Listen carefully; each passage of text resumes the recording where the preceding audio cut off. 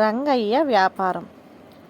రంగయ్య అనే అతడి తండ్రి రాజుగారి కొలువులో పనిచేస్తూ బాగా డబ్బు సంపాదించాడు. అతడు కొడుకును కూడా కొలువులో చేరమంటే అతడు కాదని వ్యాపారం చేస్తానన్నాడు. వ్యాపారానికి వారసత్వం కావాలి. మన ఇంట్లో వ్యాపారం అచ్చిరాదు. నా మాట విని కొలువులో చేరు అన్నాడు తండ్రి. కాస్త దూరంగా ఉండి ఈ మాటలు విన్న రంగయ్య తల్లికి కోపం వచ్చి, చెట్టంత మేనమామ వ్యాపారంలో అంచెలంచెలుగా పైకి వస్తే వ్యాపారం వచ్చిరాదంటావేం?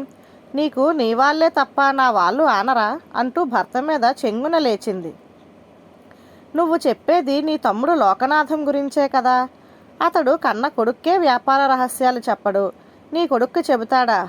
ఎక్కడో ఒక చోట శిక్షణ లేకుండా ఎవరైనా వ్యాపారంలో ఎలా పైకి వస్తారు అన్నాడు రంగయ్య తండ్రి. రంగయ్య తల్లి ధైర్యం చెబుతున్న దానిలా కొడుకు భుజం మీద చేయి వేసి భర్తతో, నీవన్నీ మరీ చోద్యాలు. నా తమ్ముడు నీలాగా స్వార్థపరుడు కాడు. నగల దుకాణాన్ని కొడుక్కు అప్పజెప్పి తను మాత్రం ఇప్పటికీ కిరాణా దుకాణమే చూసుకుంటున్నాడు. తన కూతురు వల్లిని మన రంగయ్యకి ఇవ్వాలనుకుంటున్నాడు. అడగాలే గాని వాడు మన రంగయ్యను ఒళ్ళో కూర్చోబెట్టుకొని మరీ వ్యాపార రహస్యాలు బోధిస్తాడు అన్నది. తల్లిదండ్రులు ఇలా గొడవ పడుతుంటే రంగయ్య చిరాకు పడి, మీ గొడవ మీది, నా గురించి ఆలోచించరేం? నాకు సొంత తెలివి ఉంది. ఒకరి సలహా అక్కర్లేదు. వ్యాపారంలో నా అంతట నేనే రాణించగలను. అర్థమైందా అన్నాడు. అయితే మహా చక్కగా రాణించు. నేను మాత్రం పెట్టుబడికి ఒక్క పైసా కూడా ఇవ్వను అన్నాడు రంగయ్య తండ్రి. నేనిస్తాను అన్నది రంగయ్య తల్లి పట్టుదలగా. నా వ్యాపారానికి తెలివే పట్టుబడి. మీ ఇద్దరి డబ్బు నాకు అక్కర్లేదు. ఒక ఏడాది పాటు నన్ను మరిచిపోండి. ఆ తరువాత మంచి వ్యాపారినై తిరిగి వస్తాను అంటూ రంగయ్య ఇల్లు వదిలిపెట్టాడు. దారిలో అతడికి ఒక సాధువు ఎదురయ్యాడు. రంగయ్య సాధువుకు నమస్కరించి తను బయలుదేరిన పని చెప్పి దీవించమన్నాడు. సాధువు పైసలు అడిగితే ఆశ్చర్యపడి, సర్వసంగ పరిత్యాగివి, నీకు డబ్బెందుకు అని అడిగాడు. డబ్బు కోసమే కదా ఈ వేషం. నాకు చదువు రాదు, ఏ పని చేత కాదు, కాలు చెయ్యి సక్రమంగా ఉన్నాయి. ఈ వేషం వల్ల తప్ప డబ్బు రాదు, పొట్ట గడవదు అన్నాడు సాధువు. అంటే ఈ వేషం కూడా ఒక వ్యాపారమే అన్నమాట అన్నాడు రంగయ్య అనుమానంగా. పేర్లలో తేడా తప్ప లోకంలో వ్యాపారం కానిదంటూ ఏదీ లేదు అని సాధువు ఒక క్షణం ఆగి, అయితే ఒక పని చేద్దాం. నేనిప్పుడు చేస్తున్న వ్యాపారంలో నిన్ను కూడా భాగస్థుడిగా చేర్చుకొని బాగా వృద్ధి చేయదలిచాను. లాభాలను చెరిసగం పంచుకుందాం అన్నాడు. ఇందుకు రంగయ్య అయిష్టంగానే సరేనన్నట్టు తలాడించాడు. ఆ మర్నాడే 10 మంది నడిచే దారి పక్కన ఒక గుడారం లేచింది.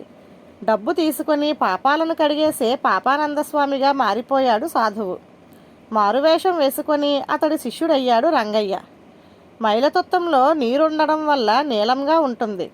వేడి చేస్తే ఆ నీరు ఎగిరిపోయి అది తెల్లగా అవుతుంది. తెల్లటి మైలుతుత్తాన్ని బయట వదిలితే తిరిగి నీటిని పీల్చుకొని అది నీలంగా మారుతుంది.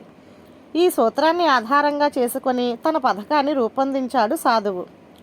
పాపానందస్వామికి కుడిపక్కన మరుగుతున్న నీటిపై ఒక పళ్ళెంలో తెల్లటి మైలతుత్తపు పొడి ఉంటుంది. ఎడమ పక్కన కాలిన పెనం ఉంటుంది. రంగయ్య డబ్బు తీసుకున్న వ్యక్తి చేతిలో తెల్లని పొడి వేసి కళ్ళు మూసుకోమంటాడు. కాసేపటికి ఆ పొడి నీలంగా మారుతుంది. నీ శరీరంలోని పాపం విషమై ఈ పొడిలో ప్రవేశించింది. కళ్ళు తెరిచి చూసుకో అంటాడు రంగయ్య. పాపి కళ్ళు తెరిచి చూసి గజగజ వణికిపోతాడు. ఆ పొడిని సాధువు చేతిలో వేస్తాడు. సాధువు కళ్ళు మూసుకొని మంత్రోచ్చారణ చేసి ఆ పొడిని ఎడమపక్క పెనం మీద వేస్తాడు. కొద్ది క్షణంలో ఆ పొడి తెల్లబడుతుంది. నీ పాపం గాలిలో కలిసిపోయింది, ఇక వెళ్ళు అంటాడు సాధువు. అతడు తృప్తిగా వెళ్ళిపోతాడు. సాధువు చిటికెడు పొడికి రూపాయి ధర పెట్టాడు. ఒక్కసారి వచ్చిన వాణ్ణి తిరిగి మళ్ళీ వచ్చేలా చేసేందుకు సాధువు ఇలా చెబుతుండేవాడు. మనిషి పుట్టుక పాపమయం. ఊపిరి పీల్చడంలో వదలడంలో కూడా కంటికి కనిపించని సూక్ష్మజీవాలను మనకు తెలియకుండా చంపుతూ ఉంటాము. మనం వేసే ప్రతి అడుగు మన చేత పాపాలను చేయిస్తుంది. అందువల్ల పాపాలు లేకుండా బ్రతకలేము. అలా అని పాపాలను పూర్తిగా కడిగేసుకోలేము. మీ శక్తిని బట్టి మీలోని పాపాలను ఎంతో కొంత కడిగేసుకోవాలని నేను ఇక్కడికి వచ్చాను. ఆ విధంగా మీకు పూర్తిగా కాకపోయినా ఎంతో కొంత ఉపశమనం కలుగుతుంది. ఇందువల్ల మళ్ళీ మళ్ళీ వచ్చిన ఆ పొడి ఇంకా ఇంకా నీలంగానే మారుతూనే ఉంటుందన్న శంక పాపులకు కలిగేది కాదు. వచ్చిన పాపుల్లో కొందరు ఒక్క చిటికెడు పొడినే తీసుకునేవారు, కొందరు ఇంకా ఎక్కువ తీసుకునేవారు. కొందరు ఒక్కసారే వస్తే కొందరు ప్రతిరోజు వచ్చేవారు. అన్ని రోజులు గుడారం వద్ద ఎంతో సందడిగా ఉండేది. ఇలా కొన్నాళ్ళు జరిగాక ఒక రోజున రంగయ్య సాధువుతో, ఇప్పటికే చాలా సంపాదించాం, ఇక నువ్వు పాపానందస్వామి అవతారం చాలించడం మంచిది అన్నాడు. సాధువు ఇందుకు ఒప్పుకోక ఇంకా సంపాదించాలన్నాడు. అయితే రంగయ్య సాధువుతో, అత్యాశకు పోతే ఉన్నదానికే మోసం వస్తుంది. ప్రపంచంలో మనం ఒక్కరమే తెలివైన వాళ్ళం కాదు, ఇంకా చాలామంది ఉంటారు. మన వంటి వాళ్ళు అద్భుతాలు ప్రారంభించగానే వాళ్లకు అనుమానం వస్తుంది. అయితే వేలం వెర్రి జనాలు వాళ్ళ మాట వినరు. ఆరంభంలో ఆ వెర్రి తగ్గాక తెలివైన వాళ్ళు రంగంలోకి దిగి మన బండారం బయట పెడతారు. వ్యవహారాన్ని అంతవరకు రానివ్వకూడదు అని హెచ్చరించాడు. దీనికి సాధువు కోపం తెచ్చుకొని, నిన్ను ముందు భాగస్థుడిగా చేర్చుకొని తరువాత నా అంత వాణ్ణి చేసి నేను మరొక చోటుకు తరలిపోదామనుకుంటుంటే ఇదా నువ్వు నాకిచ్చే సలహా అని సంపాదించిన డబ్బు లెక్కించాడు. మొత్తం 1,00,000 రూపాయలు అయ్యింది. సాధువు అతడికి 50,000 రూపాయలు ఇవ్వబోయాడు. కానీ అతడు మొత్తం తీసుకోక, నీ పాపభారంలో సగం నా నెత్తికెత్తబోతున్నావు, వద్దు, ఒక్క 5,000 ఇవ్వు చాలు, కాస్త తేలిగ్గా ఉంటుంది అన్నాడు. తరువాత రంగయ్య సాధువు ఇచ్చిన డబ్బు తీసుకొని వేషాన్ని కాస్త మార్చుకొని మేనమామ లోకనాథం ఉండే త్రినాథపురం వెళ్ళాడు. ఆ సమయంలో లోకనాథం కిరాణా దుకాణంలో ఉన్నాడు. మారువేషంలో ఉన్న తనను మేనమామ గుర్తుపడతాడో పట్టడో అని రంగయ్య దుకాణానికి వెళ్ళి, నాకు ఎండు ఖర్జూరాలు కావాలి, ధర ఎంతైనా పర్వాలేదు అన్నాడు. లోకనాథం అతడిని గుర్తుపట్టక, ఇంకా మీకు ఏమైనా కావాలా బాబు అని అడిగాడు. చాలా పెద్ద జాబితాయే ఉంది, ఎండు ఖర్జూరాలు ఉన్నది లేనిది చెప్పు అన్నాడు రంగయ్య. వెంటనే లోకనాథం, ఒరే వెంక అని పిలిచాడు.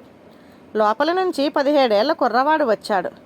లోకనాథం అతడిని ఎండు ఖర్జూరాలు ఉన్నాయా అని అడిగితే ఉన్నాయన్నాడు. రంగయ్యకు కావలసిన ఎండు ఖర్జూరాల పొట్లం కట్టి ఇవ్వమని లోకనాథం చెప్పగానే అతడు తిరిగి లోపలికి వెళ్ళిపోయాడు. అప్పుడు లోకనాథం గోపి అని పిలవగానే ఇంకొక కుర్రవాడు వచ్చాడు. అతడితో లోకనాథం, బాబుగారికి ఏం కావాలో తూకం తూచి పొట్లాలు కట్టు అని చెప్పాడు. కొంతసేపటికి వెంకడు వచ్చి, బస్తాడు ఎండు ఖర్జూరాలు ఉండాలి, ఎక్కడో కనబడలేదు అన్నాడు. ఆ మొక్క చెప్పడానికి ఇంతసేపా, బాబుగారు అలా నిలబడి ఉండిపోయారు కదా అని లోకనాథం విసుక్కొని రంగయ్యతో, మా దుకాణంలో లేని సరుకు మీకు మరెక్కడా దొరకదు, కాబట్టి మీ సమయం వృధా అయిందనుకోనక్కర్లేదు అన్నాడు. కానీ ఈ మాట కాస్త ముందే తెలిస్తే బాగుండేది. ముందు ఉన్నాయన్నాడు, తరువాత లేవన్నాడు, వెతకడానికి ఇంతసేపా అన్నాడు రంగయ్య చిరాగ్గా. ఏం చేసేది బాబు, ఆ వెంకడికి అమ్మా నాన్న లేరు, పొట్ట గడిచేందుకు వేరే దారి లేదు, అడుక్కునేందుకు పౌరుషం, కష్టపడి పని చేసుకొని బ్రతుకుతానంటాడు. అతడికి పని ఎవరిస్తారు? వ్యాపారస్తుడికి కాస్త జాలి ఉండాలి బాబు, అందుకే అతన్ని పనిలో పెట్టుకున్నాను. తప్పు నాది కాబట్టి అతడి వల్ల ఇబ్బంది కలిగితే మీ బోటివారు అనే మాటలు నేనే భరించాలి అన్నాడు లోకనాథం. రంగయ్య మహా గొప్ప వ్యాపారివే అని మనసులో అనుకొని, ఈ వెంకడికి ఈ ఊళ్ళో లోకనాథం అనే వ్యాపారి అయినా తెలుసా? తెలిస్తే జాగ్రత్తగా ఈ పొట్లాలు ఆయన ఇంటికి చేర్పించాలి, ఆయన నా మేనమామ అని వెనక్కి తిరిగి అక్కడి నుంచి కదిలాడు. లోకనాథం ఉలిక్కిపడి దుకాణంలోంచి బయటకు వచ్చి, ఓరి రంగడి వెంట్రా, గుర్తుపట్టలేకపోయాను, పద ఇంటికి పోదాం అన్నాడు. రంగయ్య ఆశ్చర్యంగా, దుకాణాన్ని ఇలా వదిలేసి వచ్చేస్తావా, అసలే ఆ వెంకడు తెలివి తక్కువవాడు అన్నాడు. లోకనాథం నవ్వి, అదంతా ఇతరుల కోసంలే, ఆ వెంకడు మహా చురుకైనవాడు, నమ్మకస్తుడు, వాడి మూలంగానే ఈ ముసలితనంలో కిరాణా దుకాణం నడపగలుగుతున్నాను అన్నాడు. అయితే మరి ఎండు ఖర్జూరాల విషయంలో అలా చేశాడేం అని అడిగాడు రంగయ్య అర్థం కాక. ఎండు ఖర్జూరాల కోసం వచ్చిన బేరాన్ని పోగొట్టుకోలేం కదా, నీకింకా చాలా సరుకులు కావాలి, వాటిని గోపి చేత పొట్లాలు కట్టిస్తుంటే వీడు చకచకా ఎండు ఖర్జూరాల కోసం 4 దుకాణాలు తిరిగి వచ్చాడు, ఎక్కడా లేవు, జరిగిన ఆలస్యాన్ని నింద వాడి మీద పడింది అన్నాడు లోకనాథం. రంగయ్య కొంతసేపు ఆలోచిస్తూ ఉండి, అంటే వ్యాపారము మోసమే, అయినా వచ్చేది తక్కువ, నేను మరొకడితో కలిసి మోసం చేసి 2 నెలల్లో సంపాదించింది వ్యాపారంలో సంపాదించాలంటే 1 ఏడాది పైన పడుతుంది అని తన కథంతా మేనమామకు చెప్పాడు. లోకనాథం పెద్దగా నవ్వి, సరుకుల్లో కల్తీ చేస్తే అది మోసం, కొనేవాళ్ళ అసహాయత కనిపెట్టి ధరలు అదే పనిగా పెంచితే అది మోసం. నేను అలాంటి వ్యాపారం చేయడం లేదు.